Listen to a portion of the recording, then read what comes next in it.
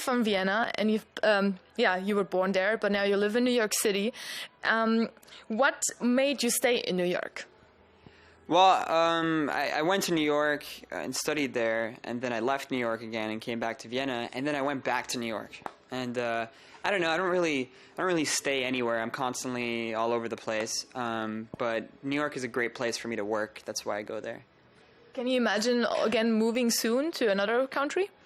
Yeah, for sure. I would like to live in Paris for a while. I don't know. I gotta see. Gotta weigh my options. LA or Paris, but LA is even further than New York, so that's kind of an issue. But I don't know. I gotta figure it out. Do you speak French? I speak no French. I went to maternelle, which is like French kindergarten. And I didn't understand a word, and I hated it. And then I went to the American school, and that's how I learned to speak English. Yeah, I can speak French. I took like 6 years of French class, but it's not very good. I'm sure if you live in Paris, it will be quite good. I'm thinking too. That's part of my motivation. I can go there and then learn. Okay, but I mean, you experienced Germany and America. What would you say are the main differences regarding the mentality between those two countries? I think it's the major difference is openness. I mean, Germany is not really a place where I spend a lot of time, but in terms of Austria, sorry. Austria is a very conservative place. You know, people are generally assholes there, and I don't know. Austrian people are just not very pleasant people generally. I have my amazing circle of friends, which is very large, and there's lots of amazing people there. But all the good people are in my circle of friends. Everyone outside of the circle of friends is not very nice. And in America, people are just more open. You go into the store and people are like, hey, what's up? And then you start talking about stuff with the person behind the counter at Starbucks, and it's just cool. It's just different. I don't know. It's friendlier there, but you also have to, you know, New York is almost its own little country compared to the rest of America. So I'm speaking about New York and Vienna. Okay. But have you found a little bit of yourself more during the stay in New York to see, this is my music direction I want to go, this is who I am more? New York was interesting for me because the first time I moved to New York, I was incredibly lonely. And this sort of got me to confront myself more directly for the first time. And that was interesting. So it was a phase where I dealt with, you know, being there on my own, and that's something that transferred into my music. Also because I didn't have much to do other than, I mean, it's almost a crime to say that there's not much to do in New York. You can do anything in New York. There's millions of things to do there. But I didn't have too many people to do things with the first time I moved there. And so I would spend a lot of time on my own just working on music and sort of obsessing on music and creating beats. And so there's definitely some interesting production on my side that came out of that phase. And there's a lot I learned during that phase. Mm-hmm. And how much of Ferdinand do you put in Left Boy? I am Left Boy. This is me. And Left Boy is my diary. It's everything from very personal things to just songs where I'm having fun. It's you know, it's my thoughts, what I find is peculiar or interesting, or what I need to say to get it out of myself, to deal with it. That's what it's about. That's why I make music. I make music for myself.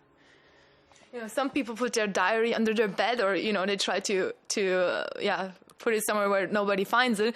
But aren't you afraid if you open your diary to everybody that you could be vulnerable? No. Did I pronounce it right? Yeah, vulnerable? I don't really. No, my diary's really good, so I don't really care. Okay.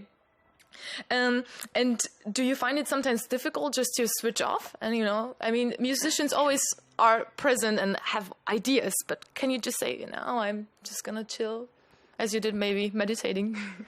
I get very unhappy if I don't work on music. I need to be working on music to stay happy. So if I go for a long period of time without creating anything, then that gets me down. So yeah, I can enjoy myself doing other things, but music is a very important part of my life.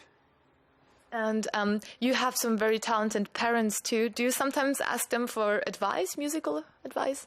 Musical advice, yeah. I mean, I show my dad songs sometimes, and he'll be like, and and he has some very intelligent, and he's actually on one song that we worked on recently. He made some real important suggestions, which changed the song drastically. No, I value his opinion. My dad is one of my most is my best friend. He's the closest person in my life, and me and him talk about everything. And he's also the only person that really understands, the things that I go through at times in this business. And so it's very helpful to have him by my side, helping me out with some of the problems I encounter. Because he has experienced everything, and he can tell me from his experience how he would do these things. So yeah, for sure, very much so. My mom as well. I show my mom my stuff. My mom's also, sometimes she comes to gigs and takes pictures. Unfortunately, she couldn't come today. Yeah, no, my parents are awesome. And how important is it for you to be connected with other artists? Like who? I'm not connected with anyone really. It doesn't play a very important role because I don't really know anyone. I sort of do my own thing, and then once in a while people say what up or this is cool, but I don't really run after any artists to try and get them to work with me or anything like that. Mm-hmm. Important quote from Will Smith: "Do your own thing, and then don't run after people. Do your own thing, and then they'll come to you." Okay, well, good quote. Okay. I have the impression that especially rapper or hip-hopper do get a lot of criticized from the outside. How do you handle that? I mean, if you're making music nowadays and you are present in the internet, I mean, if you're not Prince and you're making music, then